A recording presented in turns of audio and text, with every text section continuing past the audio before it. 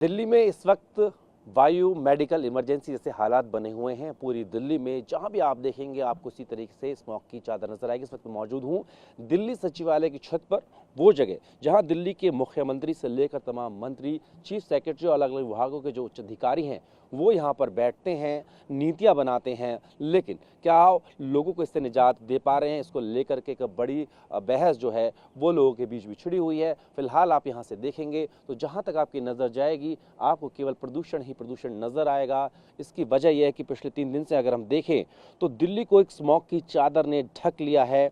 हालांकि इसको लेकर राजनीति भी तेज है और कहा जा रहा है कि दिल्ली में अब कृत्रिम वर्षा ही बचा सकती है, या फिर प्राकृतिक रूप से वर्षा हो जाए वो बचा सकती है, या फिर तेज हवा चले। फिलहाल ना तेज हवा चलने की कोई दिशा दिख रही है, ना सूरज दिख रही है, ना ही बारिश होने की। तो कृत्रिम वर्षा को लेकर के यानी कि आर्टिफिशियल रेन को लेकर के अब दिल्ली के जो गोपाल राय दिल्ली के पर्यावरण मंत्री हैं, उन्होंने केंद्रीय मंत्री जो हैं कि उनको चिट्ठी लिखी और कहा है कि आप एक बैठक कर लें और बैठक में ये डिसाइड हो जाए कि क्या दिल्ली में आर्टिफिशियल रेन कराई जा सकती है।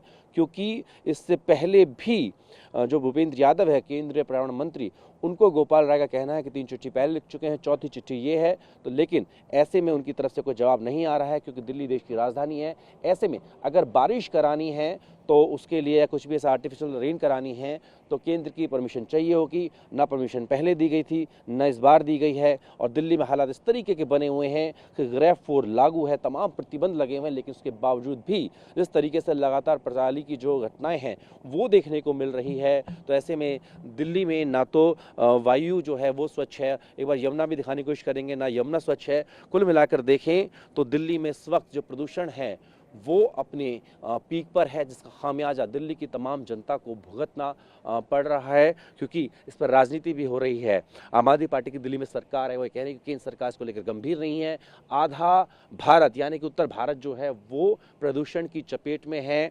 और ऐसे में अलग अलग राज्यों, खासकर वो राज्य जो कि जहाँ पर भाजपा की सरकारें हैं, वहाँ पर ग्रैब के नियमों का पालन नहीं किया जा रहा है, पराली घटना को नहीं रोकी जा रही है। वो कह रहे हैं कि जब से पंजाब में 2022 की सरकारें बनी हैं तब से ज़रूर जो है वहाँ पर पराली की जो घटनाएं 70-80% उसमें गिरावट जो है देखने को मिली है। लेकिन उत्तर प्रदेश में मामले बड़े हैं और इन सब को लेकर राजनीति जारी है। लेकिन इस बीच आप देखिए दिल्ली में ना हवा स्वच्छ है, ना पानी स्वच्छ है, यानी कि जो दिल्ली की जनता है वो प्रदूषण की मार लगातार झेल रही है।